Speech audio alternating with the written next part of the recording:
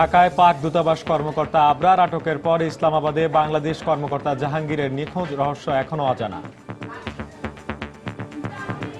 এটি পাকিস্তানের ধারাবাহিক প্রতিহিংসার বহিঃপ্রকাশ, মন্তব্য আন্তর্জাতিক সম্পর্ক বিশ্লেষকদের। ব্যাপারটি অত্যন্ত উদ্বেগজনক। কূটনৈতিক ইতিহাসে এটা একটা চিন্তা করার মতো ঘটনা। খুব সুনির্দিষ্ট লক্ষ্যকে সামনে রেখে তারা এই কাজগুলো করছে। আমাদের বোধহয় সময় এসেছে চিন্তা ভাবনা করার, দুই দেশের সম্পর্কটাকে আমরা কোন পর্যায়ে নিয়ে যাব। দেশটির সঙ্গে কূটনৈতিক সম্পর্ক ছিন্ন করার কথা এই মুহূর্তে ভাবছে না সরকার, সংসদে পররাষ্ট্রমন্ত্রী। সব কথার শেষ কথা হলো যে জাতীয় স্বার্থটা সবসময় মাথায় রাখতে হবে। এটা নিয়ে আমার মনে হয় যে আপাতত আমরা কোনো কিছু করতে চাচ্ছি না। দেখছিলেন সময়ের প্রধান শিরোনাম। সন্ধ্যার সময়ের সঙ্গে আছি আমি ওয়াহিদা স্বপ্না এবং আমি শেখ জায়েদ। এবার অন্যান্য শীর্ষ সংবাদ। অপহরণের 4 দিন পর কেরানীগঞ্জের শিশু আব্দুল্লাহ লাশ মিলল পাশের বাড়ির ড্রামে।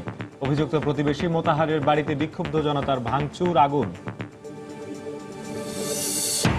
6 শিশুর মৃত্যুর রেশ কাটতে না কাটতেই রাজধানীর সেই ক্লিনিকে আবারও চিকিৎসা অবহেলায় এক শিশুর মৃত্যুর অভিযোগ। একমাত্র সন্তানকে হারিয়ে স্তব্ধ বাবা মা।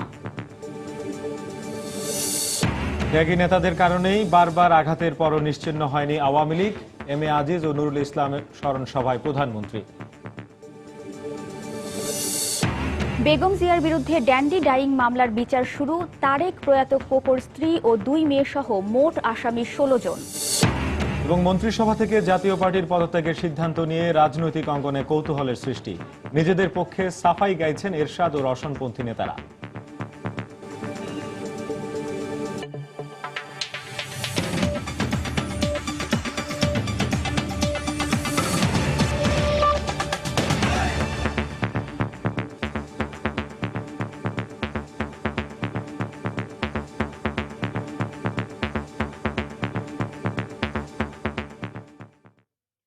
অপহরণের 4 দিন পর কেরানীগঞ্জের শিশু আব্দুল্লাহ লাশ মিলল পাশের বাড়ির ড্রামে।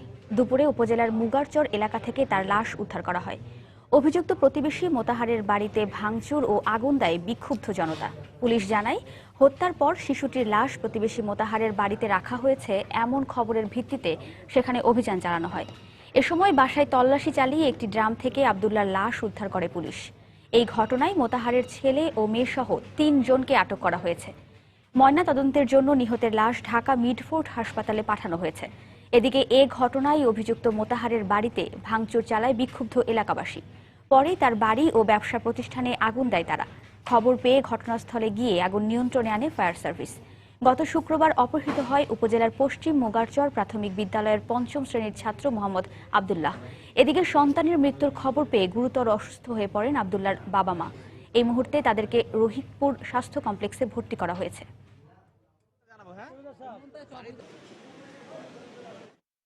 মোতাহারের বাইরা বা বাইরার বউ এরা সবাই জানে মোতাহারের বোন। এদের সবার আমরা শাস্তি চাই বা মোতাহারের ফাঁসি চাই। মোতাহার আলীর বাড়ির 3 তলায় থেকে ড্রামের ভেতর ড্যামের ভেতর থেকে মৃত অবস্থা উদ্ধার করা হয়েছে। এই মুহূর্তে কেরানীগঞ্জের রোহিতপুর স্বাস্থ্য কমপ্লেক্সে আছেন রিপোর্টার মাহমুদ রাকিব। সবশেষ খবর জানতে আমরা চলে যাচ্ছি তার কাছে। রাকিব,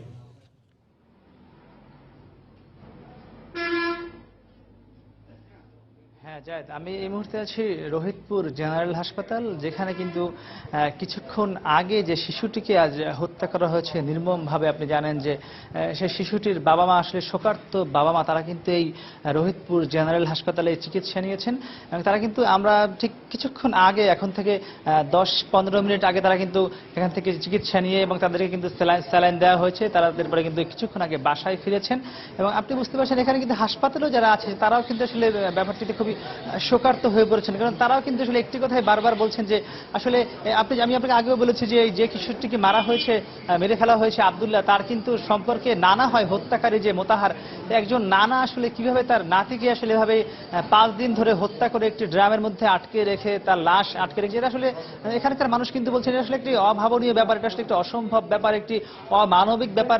তারা কিন্তু আসলে সবাই খুব অবাক দৃশ্যে বলছেন আসলে কিভাবে সম্ভব। এখানকার যারা হাসপাতালের কর্তৃপক্ষ রয়েছেন, যারা হাসপাতালের মালিক রয়েছেন, হাসপাতালের স্টাফ রয়েছেন, তারাও কিন্তু বলছেন যে কোনো মূল্যে তারা কিন্তু এর বিচার চান, এই যে আব্দুল্লাহ হত্যার বিচার। এবং আপনি জানেন যে দেখে এসেছি কিছুক্ষণ আগেও কিন্তু এখানে যে এলাকাটাতে আসলে আপনি জানেন যে আব্দুল্লাহর বাড়ি, সেই এলাকাতে কিন্তু কিছুক্ষণ আগেও আমরা দেখেছি বিপুল সংখ্যক স্থানীয় মানুষজন কিন্তু এখনো বিক্ষোভ করছেন এবং তারা কিন্তু যে কোনো মূল্যে বলছেন যে মোতাহারকে যে কোনো মূল্যে গ্রেফতার করতে হবে এবং তাকে বিচারের আওতায় আনতে হবে। এবং তারা কিন্তু বলছেন যে শুধু মোতাহার না, মোতাহারের মেয়ে মিতু, মোতাহারের ছেলে মেহেদি, যারা এই হত্যাকাণ্ডের সঙ্গে জড়িত প্রত্যেককেই বিচারের আওতায় আনা হবে। যদিও কিন্তু দুঃখের বিষয় হলো এখনো কিন্তু মোতাহার এবং তার স্ত্রীকে গ্রেফতার করা হয়নি। এবং আপনি জানেন যে একটি ছেলেকে, একটি কিশোরকে হত্যা করার পর 5 দিন ধরে একটি রুমে কিভাবে আসলে একটি ড্রামের মধ্যে লাশ ফেলে রাখার পর সেই রুমের মধ্যে অন্যান্য কাজকর্ম করেছেন, তারা ঘুমিয়েছেন, খেয়েছেন, এটিও কিন্তু আসলে কিন্তু এখানকার এলাকাবাসী কিন্তু বলছেন একটি অস্বাভাবিক ব্যাপার, একটি অমানবিক ব্যাপার, সেটিও কিন্তু করেছেন। আমরা যে একটু কথা বলি হাসপাতাল কর্তৃপক্ষের সাথে,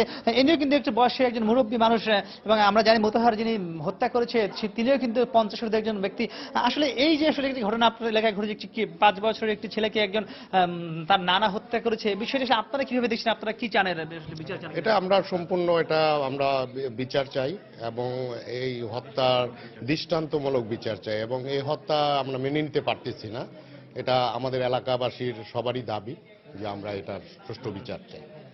তো উনি যেটি বলছিলেন যে এলাকাবাসীর প্রত্যেকেরই দাবি যে কোনো ভাবেই হোক বিচার, তারা বিচার চান। এবং পুরো কিন্তু রোহিতপুর এলাকা আসলে এই যে একটি ঘটনা ঘটেছে রোহিতপুরের মুগারচরে, এটি কিন্তু আসলে পুরো এলাকায় কিন্তু আসলে একটি আলোড়ন তৈরি করেছে, একটি শোকার্ত পরিবেশ, শোকার্ত ছায়া নেমে এসেছে, শোকের ছায়া নেমে এসেছে। এবং শুধু শোক না, কিন্তু আসলে এখানকার মানুষ কিন্তু ক্ষুব্ধ, বিক্ষুব্ধ। আপনি জানেন যে সেই বিক্ষুব্ধের বশেই তারা কিন্তু মোতাহারের সমস্ত বাড়ি ঘর, দোকান পাট, সম্পত্তি সব কিন্তু জ্বালিয়ে দিয়েছেন এবং তারা কিন্তু বলেছেন যে কোনো মূল্যে তারা মোতাহারকে এলাকায় প্রবেশ করতে তারা কিন্তু বাধা সৃষ্টি করবেন। তারা কোনোভাবে এই মোতাহার এবং তার পরিবারের সদস্যদের কিন্তু এলাকায় প্রবেশ করতে দেবেন না বলে কিন্তু তারা কিন্তু আমাদেরকে জানিয়েছেন।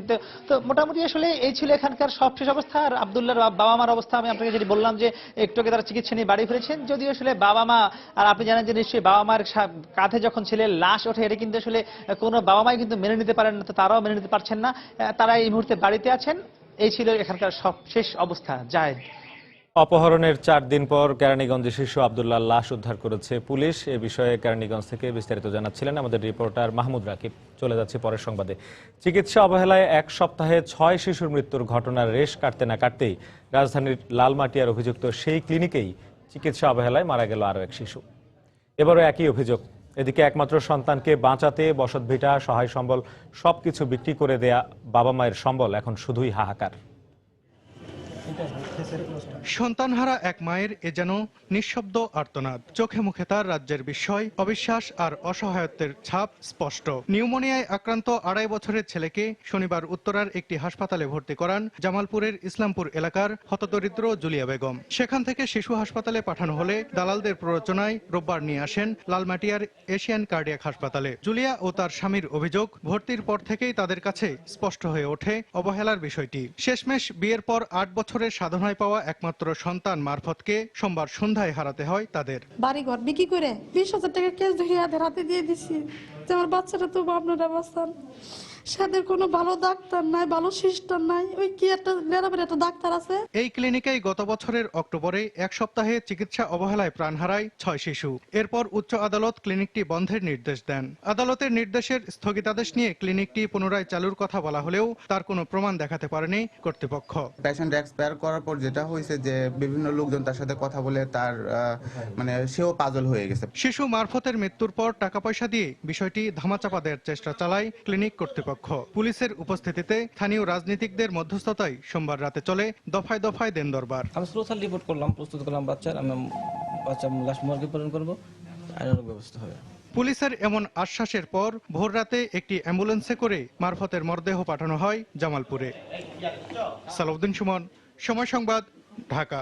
ঢাকায় নিযুক্ত পাকিস্তানি হাই কমিশনারকে তলব করেছে পররাষ্ট্র মন্ত্রণালয়। আজ বেলা 1টার দিকে ভারপ্রাপ্ত পররাষ্ট্র সচিব রিয়ার অ্যাডমিরাল অবসরপ্রাপ্ত খুরশিদ আলম তার নিজ কার্যালয়ে তাকে তলব করেন। মন্ত্রণালয় সূত্রে জানা যায়, ইসলামাবাদে হাই কমিশনের প্রেস শাখার কর্মী মোহাম্মদ জাহাঙ্গীর হোসেনের নিখোঁজ হওয়ার বিষয়ে জানতে সুজা আলমকে ডাকা হয়। সোমবার সন্দেহজনক গতিবিধির কারণে পাকিস্তান হাই কমিশনের তথ্য সচিবের ব্যক্তিগত সহকারীকে আটক করে পুলিশ। পরে থানায় কয়েক ঘন্টার বৈঠকের পর তাকে ছেড়ে দেওয়া হয়। এর কিছুক্ষণের মধ্যেই ইসলামাবাদে বাংলাদেশ হাই কমিশনের কর্মকর্তা জাহাঙ্গীরের নিখোঁজ হওয়ার খবর পাওয়া যায়।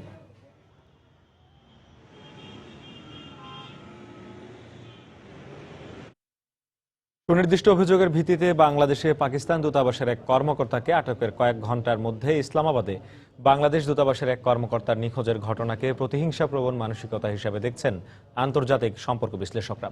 তারা মনে করেন এতে গত কয়েক মাস ধরে টানাপোড়েনের মধ্যে থাকা দুদেশের কূটনৈতিক সম্পর্কের কার্যত আরও অবনতি হলো।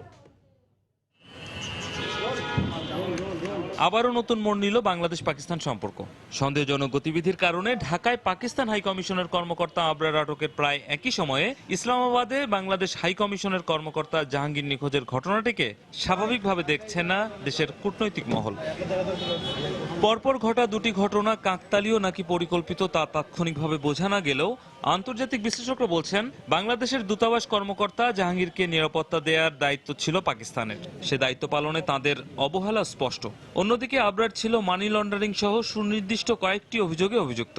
বাংলাদেশের আইন প্রয়োগকারী সংস্থা সুনির্দিষ্ট অভিযোগের ভিত্তিতেই কিন্তু পাকিস্তানি কূটনীতিক আবরারকে ধরে এবং তার কিছুক্ষণ পরেই একেবারে বলা যায় কাকতালীয়ভাবে নাকি সুপরিকল্পিতভাবে আমরা বুঝতে পারছি না, বাংলাদেশি কূটনীতিক জাহাঙ্গীরকে পাকিস্তান থেকে উধাও করে দেওয়া হয়। এই যে ঘটনাগুলো, এই ঘটনাগুলো কিন্তু কাঙ্ক্ষিত নয় এবং শিষ্টাচার বহির্ভূত এবং ইন্টারন্যাশনাল যে নর্মস, দুদেশের সম্পর্কের ক্ষেত্রে যে রীতিনীতি আছে, যে নীতিনীতিগুলো রাষ্ট্র ব্যবহার করে, ইউজ করে, এক্ষেত্রে তারা টোটালি লঙ্ঘন করা হয়েছে। এদিকে ঘটনাটি পাকিস্তান পরিকল্পিতভাবে ঘটিয়েছে কিনা তা খতিয়ে দেখে দেশটির সাথে ভবিষ্যৎ সম্পর্ক ও করণীয় নতুন করে নির্ধারণ করা উচিত বলে পরামর্শ দিয়েছেন তারা। এটা তাদের খুব সুনির্দিষ্ট লক্ষ্যকে সামনে রেখে তারা এই কাজগুলো করছে। ফলে আমাদের বোধহয় সময় এসছে চিন্তা ভাবনা করার যে আমরা সম্পর্ক, দুই দেশের সম্পর্কটাকে আমরা কোন পর্যায়ে নিয়ে যাব। ব্যাপারটি অত্যন্ত উদ্বেগজনক এবং আমাদের দ্বিপাক্ষিক সম্পর্কের জন্য তো বটেই, দক্ষিণ এশিয়ার আঞ্চলিক সম্পর্ক এবং সামগ্রিকভাবে কূটনৈতিক ইতিহাসে এটা একটা চিন্তা করার মতো ঘটনা। এর আগে পাকিস্তানের দূতাবাস কর্মকর্তা ফারিনা আরশাদকে জঙ্গি সংশ্লিষ্টতার অভিযোগে বাংলাদেশ থেকে ফেরত পাঠানো হলে পাকিস্তানও সে দেশে থাকা বাংলাদেশের কূটনীতিক মৌসুমী রহমানকে প্রত্যাহার করে নিতে বলে। রামিম হাসান, সময় সংবাদ, ঢাকা। এদিকে পাকিস্তানের ইসলামাবাদে বাংলাদেশ হাই কমিশনের প্রেস উইং এর কর্মকর্তা জাহাঙ্গীর হোসেন নিখোঁজ হওয়ার কয়েক ঘন্টা পরই তার সন্ধান পাওয়ার রহস্য সম্পর্কে এখনো কিছু জানা যায়নি। এ বিষয়ে বিস্তারিত জানতে আমরা কথা বলেছি পাকিস্তান প্রবাসী সাংবাদিক মাসকাওয়াত আহসানের সঙ্গে। সোমবার সন্ধ্যা থেকে নিখোঁজ থাকা ইসলামাবাদে বাংলাদেশ দূতাবাস কর্মী জাহাঙ্গীর হোসেন অক্ষত অবস্থায় ফিরে আসার পরে কেন তিনি নিখোঁজ হয়েছিলেন বা কিভাবে ফিরে এলেন এবং এই 7 ঘন্টা উনি কোথায় ছিলেন সে সম্পর্কে কোনো স্পষ্ট ধারণা আমরা এখনো পাইনি। তবে ইসলামাবাদে যে অভিজ্ঞ কূটনৈতিক প্রতিবেদকরা রয়েছেন তারা মনে করছেন যে বিবাদমান ভারত পাকিস্তানের পররাষ্ট্রনীতিতে যেরকম টিট ফর ট্যাট সংস্কৃতি দৃশ্যমান, বাংলাদেশ এবং পাকিস্তানের পররাষ্ট্রনীতিতে এমন কিছুই হয়তোবা চলছে। কেননা বাংলাদেশ থেকে পাকিস্তানের একজন কূটনীতিক বহিষ্কার করার পর, পাকিস্তান থেকে একজন কূটনীতিক বহিষ্কার করা, বাংলাদেশে সোমবার একজন পাকিস্তান দূতাবাস কর্মী গ্রেফতার হওয়ার পর এখানে জাহাঙ্গীর হোসেন ওইরকম কোনো সমস্যার সম্মুখীন হয়েছেন কিনা সেটা আমরা খোঁজ নিতে চেষ্টা করেছিলাম। পুলিশের পক্ষ থেকে জানানো হয়েছে যে পুলিশ এর সঙ্গে সম্পৃক্ত ছিল না, কিন্তু পাকিস্তানে যেহেতু অনেক নন স্টেট এলিমেন্ট কাজ করে তারা কিছু করেছে কিনা সে বিষয়ে আমরা এখন পর্যন্ত অনুমান করতে পারি, কিন্তু কোনো সুস্পষ্ট তথ্য দেওয়া যাচ্ছে না। তবে অনুসন্ধান জারি রয়েছে। আমরা আশা করছি এর মধ্যে পাকিস্তানের যে ইসলামাবাদে বাংলাদেশ দূতাবাস তারাও বিষয়টি স্পষ্ট করবে। এদিকে পররাষ্ট্রমন্ত্রী এইচ মাহমুদ আলী বলেছেন, পাকিস্তানের সঙ্গে কূটনৈতিক সম্পর্ক ছিন্ন করার কথা এখনই ভাবছে না সরকার, তবে জাতীয় স্বার্থের কথা সবসময় বিবেচনা করবে সরকার। সন্ধ্যায় 10ম জাতীয় সংসদের নবম অধিবেশনে এক প্রশ্নের জবাবে তিনি কথা বলেন। সম্পর্কের টানাপোড়েন কূটনৈতিক সম্পর্কের ক্ষেত্রেও প্রযোজ্য এবং এই টানাপোড়েন হলেই যে কূটনৈতিক সম্পর্ক ছিন্ন করতে হবে এরকম নয়। এটা নিয়ে আমার মনে হয় যে আপাতত আমরা কোনো কিছু করতে চাচ্ছি না, তো ভবিষ্যতেই বলে দেবে যে এটা কোন দিকে যাবে। তবে সব কথার শেষ কথা হলো যে জাতীয় স্বার্থটা সবসময় মাথায় রাখতে হবে। সন্ধ্যার সময় আরো থাকছে ৭১ মানবতা বিরোধী অপরাধের মামলায় নেত্রকোনার ওবায়দুল হক তাহের ও আতাউর রহমান ননির ফাঁসির আদেশ। 6টি অভিযোগের 4টি প্রমাণিত। প্রধানমন্ত্রী শেখ হাসিনা বলেছেন, আব্দুল আজিজ এবং নুরুল ইসলামের মতো অনেক ত্যাগী নেতার জন্ম দিয়েছে আওয়ামী লীগ, আর এজন্যই অনেক ষড়যন্ত্র করেও দলটিকে ভাঙতে পারেনি কেউ। সদ্য প্রয়াত ঢাকা মহানগর আওয়ামী লীগের ভারপ্রাপ্ত সভাপতি আব্দুল আজিজ এবং আওয়ামী লীগের সাবেক প্রচার ও প্রকাশনা সম্পাদক নুরুল ইসলামের স্মরণসভায় একথা বলেন তিনি।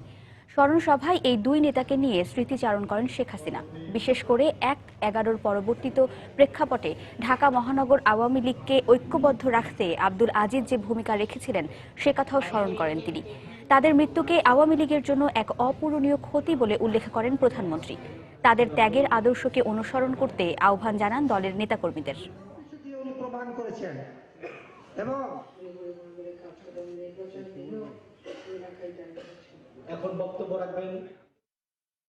আওয়ামী লীগ আসলে অনেক ত্যাগী নেতাদের জন্ম দিয়েছে, আর এই ত্যাগী নেতারা ছিল বলেই বারবার আওয়ামী লীগের উপরে আঘাত এসেছে। আর আঘাত এসেছে বলে কখনো আওয়ামী লীগকে এতটুকু ক্ষতি করতে পারে নাই একটাই কারণে, যে সেই সময় আওয়ামী লীগের যে নেতারা তারা আদর্শে বিশ্বাস করত, নীতিতে বিশ্বাস করত, ধন সম্পদ বানাবার চেষ্টা করেনি। আর ঢাকা মহানগর আওয়ামী লীগের নেতাকর্মীদের বলবো যে কিভাবে একটা মানুষ তার জীবনের সব ত্যাগ করতে পারে দেশের জন্য, জনগণের জন্য এবং সংগঠনের জন্য, এটা শিক্ষণীয়।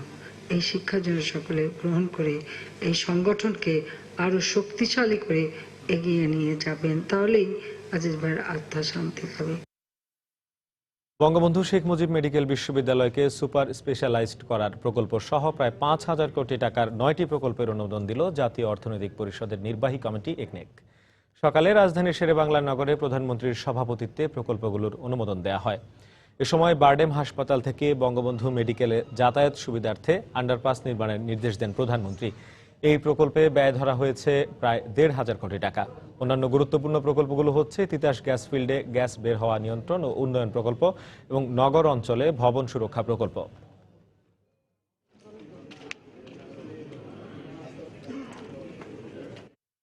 বিএনপি চেয়ারপারসন বেগম খালেদা জিয়া বড়র ছেলে তারেক রহমান ও প্রয়াত সন্তান আরাফাত রহমান কোকোর স্ত্রী সন্তান সহ ১৬ জনের বিরুদ্ধে ড্যান্ডি ডাইংয়ের ৪৫ কোটি টাকার ঋণ খেলাপি মামলার বিচার কাজ শুরু হয়েছে। আগামী ১ মার্চ সাক্ষ্য গ্রহণের জন্য দিন ধার্য করা হয়েছে। বিকেলে ঢাকার প্রথম অর্থ ঋণ আদালতের ভারপ্রাপ্ত বিচারক ফাতেমা ফেরদৌস এই মামলার বিবাদীদের বিরুদ্ধে ইস্যু গঠন করে সাক্ষ্য শুরুর দিন ধার্য করেন। এর আগে খালেদা জিয়ার আইনজীবী ইস্যু গঠনের শুনানি পেছানোর জন্য আবেদন করলে তা নামঞ্জুর করেন আদালত। মামলার অভিযোগে বলা হয় ৪৫,৫৯,৩৭,২৯৫ টাকা ঋণ খেলাপের অভিযোগে ২০১৩ সালের ২রা অক্টোবর সোনালী ব্যাংকের স্থানীয় কার্যালয়ের নির্বাহী কর্মকর্তা নজরুল ইসলাম অর্থ ঋণ আদালতে এই মামলা দায়ের করেন।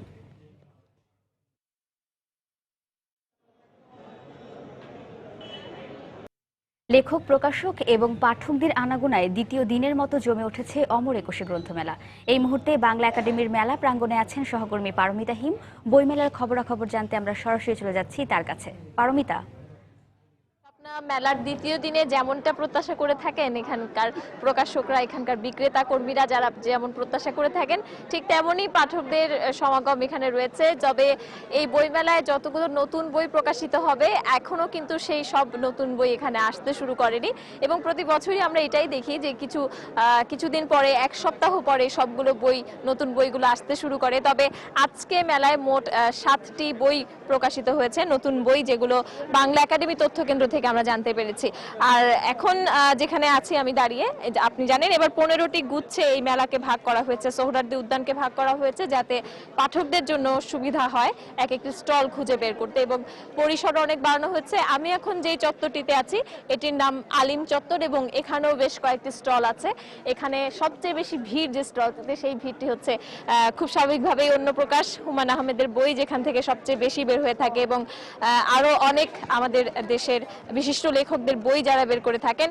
এবং এখানে দেখছেন আপনি সব বয়সীদের কেমন ভিড় রয়েছে, এবং বিক্রেতা কর্মীরা সেই যখন থেকে তারা দোকান খুলেছেন, যখন থেকে এসেছেন, বিকাল 3টা থেকে মেলা শুরু হয়েছে এবং রাত 8টা পর্যন্ত চলবে এবারের মেলা। এই বিষয় নিয়ে খুবই বাংলা একাডেমি বারবার বলছে যে 8টার মধ্যেই তারা শেষ করবেন এখানে, এবং 7:30টার দিকে তারা সবাইকে একটা অ্যালার্ট দেবেন, সবাইকে সতর্ক বার্তা দেবেন যে 8টার মধ্যে যেন শেষ করেন। একজন বিক্রেতা কর্মীর সঙ্গে কথা বলা যাক, তাদের কেমন চলছে আজকের মেলা, এবারের মেলা। হ্যাঁ, চলতেছে আজকের মেলা খুবই মোটামুটি ভালো, শৃঙ্খলার মধ্যেই চলতেছে। তেমন কোনো এখন পর্যন্ত শোনা যায়নি যে কেমন আতঙ্কজনক কোনো কিছু এখনো পাচ্ছি না আমরা, তবে মোটামুটি চলতেছে ভালো। এখানে তো ভিড় অনেক, সবচেয়ে বেশি কিনছে কার বই? হুমায়ুন স্যারের বই, অবশ্যই হুমায়ুন স্যারের বইটাই বেশি কিনতেছে মানুষ। কোন বইগুলা? হুমায়ুন স্যারের শেষের উপন্যাসগুলো কিনতেছে, হচ্ছে আপনার দেওয়াল কিনতেছে, হিমু সিরিজের বইগুলো অনেক ভালো বিক্রি হচ্ছে। ধন্যবাদ আপনাকে। দর্শক, আমরা অন্য প্রকাশের একজন বিক্রেতা কর্মীর সঙ্গে কথা বলছিলাম এবং তিনি আমাদেরকে জানাচ্ছিলেন, তিনি বলছিলেন যে তাদের এখানে বরাবরের মতোই হুমায়ুন আহমেদের বইগুলোই সবচেয়ে বেশি বিক্রি হচ্ছে এবং দেখছেন এই স্টলটিতে চারদিকেই যেন পাঠকরা দাঁড়াতে পারেন, দেখতে পারেন সেই ধরনের ব্যবস্থা রাখা হয়েছে এবং সেই বিষয়টি কিন্তু পাঠকরা উপভোগ করছেন। এখানে বেশ ভিড় রয়েছে এবং এখানে আর যেসব স্টল আছে সেগুলো তো মোটামুটি পাঠকদের ভিড় আছে। তো কালকের যে কর্মসূচি রয়েছে, কালকে এই বাংলা একাডেমিতে কবিতা উৎসব শুরু হতে যাচ্ছে এবং কালকে সারা দিন ব্যাপী সেই কবিতা উৎসব চলবে। সকালের সেশনে সেখানে বিদেশি কবিরা অংশ নেবেন এবং বিকেলের সেশনে আমাদের দেশের বরেণ্য কবিরা অংশ নেবেন। তো প্রতিদিনকার মতো এই ছিল আমার কাছে বাংলা একাডেমির মেলার শেষ খবর। দর্শক, অমর একুশে বইমেলার দ্বিতীয় দিনের খবরাখবর জানাতে আমাদের সঙ্গে যোগ দিয়েছিলেন সহকর্মী পারমিতা হিম। সন্ধ্যার সময় আরো থাকছে বাংলাদেশের যুবাদের আগুন ঝরা পারফরমেন্সে অসহায় আত্মসমর্পণ নামিবিয়ার ৮ উইকেটের বিশাল জয়। কোয়ার্টার ফাইনালে ইয়াং টাইগারদের প্রতিপক্ষ নেপাল। মন্ত্রিসভা থেকে জাতীয় পার্টির সংসদ সদস্যদের পদত্যাগ করার বিষয়টি রাজনৈতিক অঙ্গনে নতুন করে কৌতূহলের সৃষ্টি করেছে। এই ধরনের সিদ্ধান্ত দলকে সঠিক বিরোধী দলের ভূমিকায় রাখবে বলে মনে করছেন দলের এরশাদপন্থী নেতারা। অন্যদিকে রওশন এরশাদপন্থী নেতারা এটাকে রাজনৈতিক কৌশল বলে দাবি করছেন। আর রাজনৈতিক বিশ্লেষকরা মনে করছেন মন্ত্রিসভা থেকে পদত্যাগ করার সিদ্ধান্ত এরশাদের রাজনৈতিক চাতুরতা হলেও সরকারি হস্তক্ষেপ ছাড়া এই সিদ্ধান্ত বাস্তবায়ন সম্ভব নয়। বিস্তারিত তানির মেহেদির রিপোর্টে। আওয়ামী লীগ নেতৃত্বাধীন মহাজোটের অধীনে ১০ম জাতীয় সংসদ নির্বাচনে অংশ নিয়ে সংসদে বিরোধী দলের ভূমিকা পালন করছে জাতীয় পার্টি। কিন্তু মহাজোট সরকারের থেকে সত্যিকারের বিরোধী দলের ভূমিকা পালন করা যায় না বলে অনেকদিন ধরেই বলে আসছিলেন দলটির চেয়ারম্যান এইচ.এম. এরশাদ এবং বিরোধী দলীয় নেত্রী রওশন এরশাদ। এমন প্রেক্ষাপটে গত রোববার এরশাদের সভাপতিত্বে দলের প্রেসিডিয়াম সদস্যদের বৈঠকে মন্ত্রিসভা থেকে দলের সংসদ সদস্যদের পদত্যাগের ব্যাপারে আলোচনা হলেও কবে নাগাদ এ ব্যাপারে সিদ্ধান্ত নেওয়া হবে সে বিষয়ে কোনো ঘোষণা দেয়া হয়নি। দলের এরশাদপন্থী নেতারা জানান, সত্যিকারের বিরোধী দল হিসেবে পরিচিতি পেতেই মন্ত্রিত্ব ছাড়ার বিষয়টি নিয়ে সিদ্ধান্ত নিতে চাচ্ছেন দলের চেয়ারম্যান। আর বৈঠকে দলের রওশন এরশাদপন্থী নেতারা উপস্থিত না থাকলেও এটাকে অন্তর্কোন্দল বলতে নারাজ তারা। যেহেতু পরিষদেও আমাদের সদস্য আছে, কাজেই দুদিকেই আমাদের থাকা অবস্থানটা সাধারণভাবে জনগণ গ্রহণ করতে পারছেন না এবং তাদের চোখে এটা একটা সুবিধাবাদী নীতির মতো মনে হচ্ছে। কার্যকর বিরোধী দলের ভূমিকায় যে শূন্যতা, সেটা পূরণ করার জন্য আমরা মনে করি যে মন্ত্রী পরিষদ থেকে আমাদের সরে আসা বাঞ্ছনীয়। জাতীয় পার্টি কখনো দ্বিধাবিভক্ত হবে না। আমাদের কৌশলটা অন্যান্য রাজনৈতিক দল অনেক সময় বুঝতে পারে না। সমস্ত দায়িত্ব স্যারের উপর দিয়েছেন, এরশাদ সাহেবের উপরে। উনি দায়িত্ব পালন করলেই জাতীয় পার্টি সত্যিকারের বিরোধী দলের ভূমিকা পালন করতে পারবে। এমন পরিস্থিতিতে রাজনৈতিক বিশ্লেষকরা এটাকে এরশাদের রাজনৈতিক চতুরতা বলে মনে করছেন। জাতীয় পার্টির ভেতরের সংকট বড়, কারণ আমরা দেখতে পাচ্ছি যে নেতৃত্বে একটা দ্বিধা বিভক্তি, একদিকে এরশাদ আর একদিকে রওশন এরশাদ। এই বিপদ থেকে উদ্ধার পাওয়ার জন্য এরশাদের চাতুর্যপূর্ণ পদক্ষেপটি হচ্ছে যে এই প্রস্তাবটি বাজারে ছেড়ে দেওয়া। আর সরকার কখনোই চাইবে না যে জাতীয় পার্টি তাদের মন্ত্রিসভা থেকে পদত্যাগ করুক। অবশ্য বিরোধী দল হিসেবে সরকার বিরোধী কোনো আন্দোলন করার পরিকল্পনা জাতীয় পার্টির নেই বলে জানিয়েছেন দলের শীর্ষ নেতারা। তানিন মেহেদি, সময় সংবাদ, ঢাকা। বাংলাদেশকে আইএস সংক্রান্ত তথ্য দেওয়ার আগ্রহ দেখিয়েছে যুক্তরাষ্ট্র। এই প্রস্তাবকে স্বাগত জানিয়ে স্বরাষ্ট্রমন্ত্রী আবারও জানিয়েছেন, দেশে আইএসের কোনো অস্তিত্ব না থাকলেও জঙ্গি হুমকি রয়েছে। সচিবালয়ে স্বরাষ্ট্র মন্ত্রণালয়ে যুক্তরাষ্ট্রের রাষ্ট্রদূত মার্শিয়া ব্লুম বার্নিকাট ও যুক্তরাজ্যের হাইকমিশনার অ্যালিসন ব্ল্যাকের সঙ্গে বৈঠক শেষে সাংবাদিকদের তিনি কথা জানান।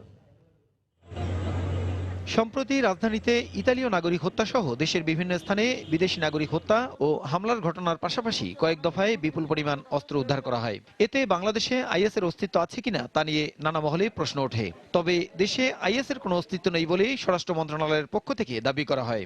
এ অবস্থায় আইএস জঙ্গি কার্যক্রম ও নিরাপত্তা বিষয়ে স্বরাষ্ট্রমন্ত্রীর সাথে বৈঠক করেন ঢাকায় নিযুক্ত যুক্তরাষ্ট্রের রাষ্ট্রদূত মার্শিয়া ব্লুম বার্নিকাট।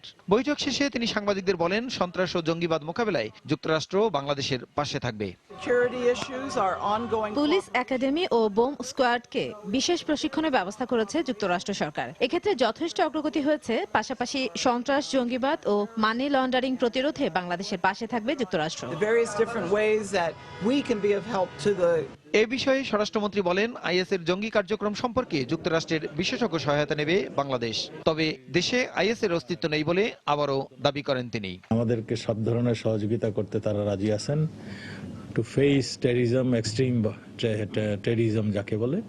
এবং আইএস সম্বন্ধে আবারও কথা আসছে, আমরা বলছি আইএস আমাদের এখানে নেই। বার্নিকাট যে অ্যাম্বাসেডর, তিনি বলছেন আইএসরা কি করতে চায়, কোথা থেকে কোথায় যায় তার একটা ধারণা তোমাদেরকে দেওয়ার জন্য আমাদের একজন এক্সপার্ট আসতে পারে, সেখানে তার সঙ্গে তোমরা আলাপ করতে পারো। আমরা সেটা আসলে আমরা আলাপ করবো। সোমবার শেরপুরে উদ্ধার হওয়া বিপুল পরিমাণ অস্ত্র বিগত সরকারের সময় ভারতীয় বিচ্ছিন্নতাবাদীদের নিদর্শন বলেও দাবি করেন মন্ত্রী। ভারতের বিচ্ছিন্নতাবাদী যারা ছিল বিগত সরকার তাদেরকে আশ্রয় প্রশ্রয় দিত, সেগুলিরই একটা চিহ্ন আপনারা গতকাল শেরপুরে দেখেছেন। দেশে যে কোনো জঙ্গি কার্যক্রম মোকাবিলায় আইন শৃঙ্খলা রক্ষাকারী বাহিনী তৎপর বলেও জানান স্বরাষ্ট্রমন্ত্রী। আমাদের সফলতা আসছে। প্রসূন আশিস, সময় সংবাদ, ঢাকা। ৭১ মানবতা বিরোধী অপরাধের দায়ে নেত্রকোনার ওবায়দুল হক তাহির ও আতাউর রহমান ননির ফাঁসির আদেশ দিয়েছেন ট্রাইব্যুনাল। একই সাথে এই দুই রাজাকারের বিরুদ্ধে আনা ৬টি অভিযোগের মধ্যে ৪টি প্রমাণিত হয়েছে, যার মধ্যে ২টি অপরাধে ফাঁসি, অপর ২টি অপরাধে আমৃত্যু কারাদণ্ডের রায় ঘোষণা করেন ট্রাইব্যুনাল। রায়ে রাষ্ট্রপক্ষ সন্তোষ প্রকাশ করলেও আপিল করার কথা জানিয়েছে আসামিপক্ষ। এদিকে ফাঁসির রায়ে পর্যবেক্ষণে ট্রাইব্যুনাল বলেছেন, মুক্তিযুদ্ধে ৩০ লাখ শহীদ হওয়ার বিষয়টি মীমাংসিত। এ নিয়ে বিশৃঙ্খলা সৃষ্টির অবকাশ নেই। আফজল হোসেনের রিপোর্ট। মানবতা বিরোধী অপরাধের দায়ে নেত্রকোনার ওবায়দুল হক তাহের ও আতাউর রহমান ননির রায় পড়া শুরু হয় সকাল 10:30টায়। মোট 268 পৃষ্ঠার রায়ের সারাংশ ট্রাইব্যুনালের 3 বিচারপতি ভাগাভাগি করে পড়ে শোনান। চূড়ান্ত রায়ে ট্রাইব্যুনাল প্রধান বিচারপতি আনোয়ারুল হক জানান, এই দুইজনের বিরুদ্ধে প্রসিকিউশনের আনা 6টি অভিযোগের মধ্যে 4টি প্রমাণিত হয়েছে, যার মধ্যে 2টি অভিযোগে ফাঁসি ও 2টি অপরাধে আমৃত্যু কারাদণ্ডের রায় ঘোষণা করেন ট্রাইব্যুনাল। 4টি চার্জে গিলটি প্রমাণিত করে তাকে 4টি চার্জে সাজা প্রদান করা হয়েছে।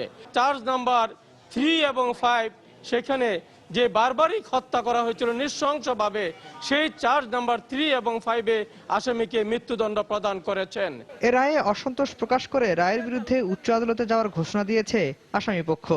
এই রায়ের বিরুদ্ধে ওনারা মহামান্য সুপ্রিম কোর্টে আপিল করবেন এবং এই আপিলে শুনানির মাধ্যমে আমরা আশা করছি যে আমাদের আসামি নির্দোষ খালাস প্রমাণিত হবে। ট্রাইব্যুনাল তার রায়ের শেষাংশে দেয়া পর্যবেক্ষণে বলেন, মুক্তিযুদ্ধে 30 লাখ শহীদ হয়েছে, এটা মীমাংসিত বিষয়। এরপরও শহীদদের সংখ্যা নিয়ে বিশৃঙ্খলার কোনো সুযোগ নেই বলে মনে করেন ট্রাইব্যুনাল। 30 লাখ শহীদের বিষয়ে যে বিতর্ক সৃষ্টি হয়েছে, মাননীয় ট্রাইব্যুনাল সেই বিষয়ে সেই যুক্তি খণ্ডন করে দৃঢ়তার সঙ্গে বলেছেন যে 30 লাখ শহীদ নিয়ে কোনো ধরনের বিতর্কের কোনোই অবকাশ নাই। রাজাকার কমান্ডার তাহের ও ননির রায়ের মধ্য দিয়ে 23টি মামলায় 26 জনের রায় ঘোষণা সমাপ্ত করল আন্তর্জাতিক অপরাধ ট্রাইব্যুনাল। আফজাল হোসেন, সময় সংবাদ, ঢাকা। গাজীপুরের বোর্ডবাজারে সোয়েটার কারখানার ভয়াবহ আগুন নিয়ন্ত্রণে আসে প্রায় 5 ঘন্টার চেষ্টায়। ফায়ার সার্ভিসের 17টি ইউনিট আগুন নিয়ন্ত্রণে আনলেও সূত্রপাত সম্পর্কে নিশ্চিত করতে পারেনি। সকালে শ্রমিকরা কাজে যোগ দেওয়ার আগেই এই ঘটনা ঘটায় কেউ হতাহত হয়নি। এদিকে রপ্তানির জন্য গোদামজাত করা বেশিরভাগ পোশাক পুড়ে গেছে বলে দাবি করেছে কারখানার মালিকপক্ষ। ঘটনা তদন্তে 5 সদস্যের একটি তদন্ত দল গঠন করেছে স্থানীয় প্রশাসন। গাজীপুর থেকে ফিরে আরও জানাচ্ছেন তারেকুজ্জামান শিমুল। কারখানার শ্রমিকরা জানান, অন্যান্য দিনের মতো কাজে যোগ দিতে এসে সকাল 7:15টার দিকে কারখানার 8ম তলায় ধোঁয়া দেখেন তারা। এ সময় বিষয়টি জানানো হলে শুরুতে নিজেদের সামর্থ্য দিয়ে আগুন নেভানোর চেষ্টা করে কর্তৃপক্ষ। প্রচেষ্টায় ব্যর্থ হয়ে ফায়ার সার্ভিসে খবর দেওয়া হলে 4টি ইউনিট ঘটনাস্থলে এসে আগুন নেভানোর কাজ শুরু করে, কিন্তু আগুন নিয়ন্ত্রণে না আসায় পরে যোগ হয় আরও 13টি ইউনিট। ফায়ার সার্ভিসের 17টি ইউনিটের প্রায় 4.5 ঘন্টার চেষ্টায় বেলা 12:30টার দিকে আগুন নিয়ন্ত্রণে আসে। আগে ধোঁয়া হইতেছে, কিন্তু তারপরে 8:30টার দিকে তীব্রতা বেড়ে গেছে, তখন আপনার আগুন যে আপনার শিকা বাইরে হওয়া শুরু হয়েছে। নিয়ন্ত্রণের জন্য যা চেষ্টা করার আমাদের সাধ্য অনুযায়ী আমরা তাই করছি। সমস্ত মালই পুড়ে গেছে, ওখান থেকে কিছু নামাইতে পারে, নিচের ফ্লোর থেকে 7 তলা থেকে কিছু মাল নামাইতে পারছে। ঘটনাস্থলের ঠিক পাশেই একটি সিএনজি স্টেশন থাকায় বাড়তি সতর্কতার জন্য আরও 3 ঘন্টা কাজ করেন ফায়ার সার্ভিস কর্মীরা। তবে আগুনের সূত্রপাত সম্পর্কে নিশ্চিত করে কিছু বলতে পারেননি কর্মকর্তারা। কিভাবে ধরলো এটা কিন্তু আমি বলতে পারবো না। যখন তদন্ত করা হবে তখন কিন্তু এই জিনিসগুলো বের হয়ে আসবে। আমাদের অনেক প্রাণীর কিন্তু ক্রাইসিস ফেস করতে হচ্ছে। যারা এখানে আগুনে কাজ করেছে অনেকে আপনি ড্যান্স স্মোক খেয়ে সেন্সলেস হয়ে গেছে, আবার ঠিক হয়ে গেছে, এরকম আছে। বাট মেজর ইনজিওর্ড মানে আমাদের কাছে এখনো নোটিশ হয়নি। তবে আগুনটি পরিকল্পিত কিনা তা খতিয়ে দেখতে 5 সদস্যের একটি তদন্ত দল গঠন করা হয়েছে বলে জানান পুলিশ সুপার। 8 তলায় কোনো শ্রমিক ছিলেন না, আগুনটা কি থেকে লাগলো, এটা আসলে নাশকতা কিনা অন্য কিছু, এটা আসলে তদন্ত কমিটি হয়েছে। এই তদন্ত কমিটির রিপোর্টের প্রেক্ষিতে বলা যাবে। এদিকে আগুনে রপ্তানিযোগ্য বেশিরভাগ পোশাক পুড়ে গেছে বলে দাবি করেন কারখানার এক কর্মকর্তা। এক্সপোর্টের জন্য মালগুলো আমাদের তৈরি করা থাকে এই 8 ফ্লোরে, 100 কোটি টাকা আমাদের প্রায় মাল ওখানে ছিল। এটা আমাদের প্রাথমিক ক্ষয়ক্ষতির পরিমাণ। ঘটনার পরপরই আশপাশের পোশাক কারখানায় আতঙ্ক ছড়িয়ে পড়ে। পরিস্থিতি মোকাবেলায় বেশ কয়েকটি কারখানায় তাৎক্ষণিক ছুটি ঘোষণা করে তাদেরকে সরিয়ে দেওয়া হয়। এছাড়া আগুন নেভানোর সুবিধার্থে কারখানার সামনের ঢাকা ময়মনসিংহ মহাসড়কে ঘণ্টাখানেক যান চলাচল বন্ধ রাখা হয়। তারেকুজ্জামান শিমুল, সময় সংবাদ, গাজীপুর।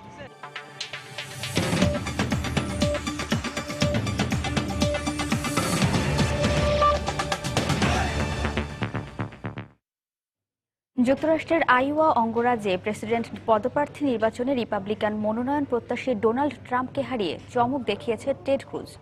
অন্যদিকে হাড্ডাহাড্ডি লড়াই শেষে ডেমোক্র্যাট দলের 2 মনোনয়ন প্রত্যাশী হিলারি ক্লিন্টন এবং বার্নি স্যান্ডার্স রয়েছেন প্রায় সমান অবস্থানে। প্রায় 28% ভোট পেয়ে আইওয়া ককাসের নিকটতম প্রতিদ্বন্দ্বী বিতর্কিত, আলোচিত ও সমালোচিত মনোনয়ন প্রত্যাশী ডোনাল্ড ট্রাম্পকে হারান টেড ক্রুজ। সেই সঙ্গে এই জয়কে রিপাবলিকান সমর্থকদের সাহসিকতার বিজয় বলে মন্তব্য করেন তিনি। এদিকে ডেমোক্র্যাট দলের হয়ে মনোনয়নের দৌড়ে কাছাকাছি অবস্থানে রয়েছেন হিলারি ক্লিন্টন ও সিনেটর বার্নি স্যান্ডার্স। আইওয়ায় 49.9% ভোট পেয়ে স্যান্ডার্সের চেয়ে সামান্য এগিয়ে আছেন হিলারি। ককাস ও প্রাইমারি 2 ধাপের এই প্রাক নির্বাচনী ভোট শেষে আগামী জুলাইয়ে যুক্তরাষ্ট্রের প্রধান 2টি দলের সম্মেলনের মাধ্যমে চূড়ান্ত হবে প্রেসিডেন্ট নির্বাচনের জন্য দলের প্রার্থী মনোনয়ন।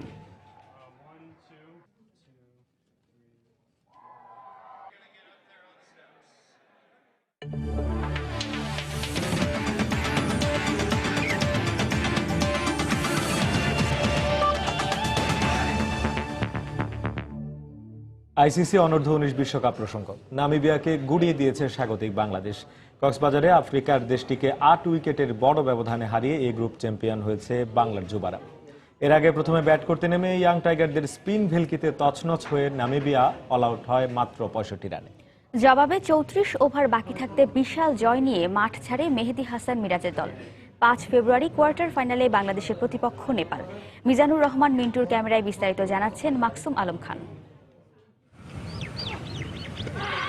শাওনের দুর্দান্ত এক ডেলিভারিতে বোল্ড হয়ে প্যাভিলিয়নে ফেরার সময় ডেভিনের নামের পাশে লেখা 19 রান। শেষ পর্যন্ত এটিই হয়েছে নামিবিয়ার ইনিংসের সর্বোচ্চ ব্যক্তিগত রান। স্কোরবোর্ডের এই চিত্রটিকেই ধরা যায় নামিবিয়ানদের ব্যাটিং বিপর্যয় গল্পের রূপক হিসেবে। এর আগে সকালের কুয়াশা আর শিশির ভেজা কন্ডিশনের সুবিধা নিতে টস জিতে নামিবিয়াকে ব্যাটিংয়ের আমন্ত্রণ জানায় বাংলাদেশ। আর কন্ডিশনের সুবিধা নিয়ে দলীয় মাত্র 10 রানেই নামিবিয়ানদের 2 উইকেট তুলে নিয়ে চাপের মুখে ফেলে বাংলাদেশ। এরপর ডেভিন ও লরেন্সের 27 রানের জুটিতে কিছুটা গুছিয়ে ওঠার চেষ্টা করে নামিবিয়া। তবে ইয়াং টাইগারদের স্পিন ঘূর্ণিতে নিয়মিত বিরতিতে উইকেট হারাতে থাকে তারা। বাংলাদেশের 4 স্পিনার মিলে তুলে নেন 7টি উইকেট। দলীয় 42 রানে লিনজেনের উইকেট নেওয়ার পর 65 রানে ভ্যান উইকের উইকেটটি তুলে নিয়ে 32 ওভার 5 বলে স্কটল্যান্ডকে অল আউট করার পাশাপাশি 74 উইকেট নিয়ে পাকিস্তানের ইমাদ ওয়াসিমকে পেছনে ফেলে যুব ওয়ানডের সর্বোচ্চ উইকেটের মালিক বনে যান ইয়াং টাইগার কাপ্তান মিরাজ। মাত্র 66 রানের টার্গেটে ব্যাটিংয়ে নেবে আবারও ব্যর্থ বাংলাদেশের ওপেনিং জুটি। দলের রানের খাতা না খুলেই কোয়েৎজের বলে আউট হলে টানা দ্বিতীয় ম্যাচে 0 রানে ফেরেন উদ্বোধনী ব্যাটসম্যান পিনাক ঘোষ। আগের 2 ম্যাচে ধীরগতির ব্যাটিং করা সাইফ এদিন 13 বল থেকে 8 রান করে দলীয় 13 রানে কোয়েৎজের দ্বিতীয় শিকারে পরিণত হন।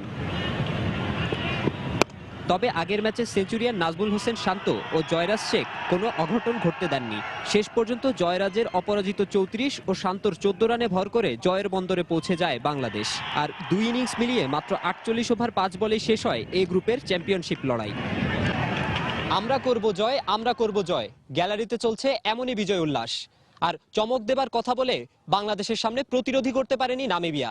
অন্যদিকে গ্রুপ চ্যাম্পিয়ন হয়েই প্রথম পর্বটা শেষ করেছে মিরাজের দল।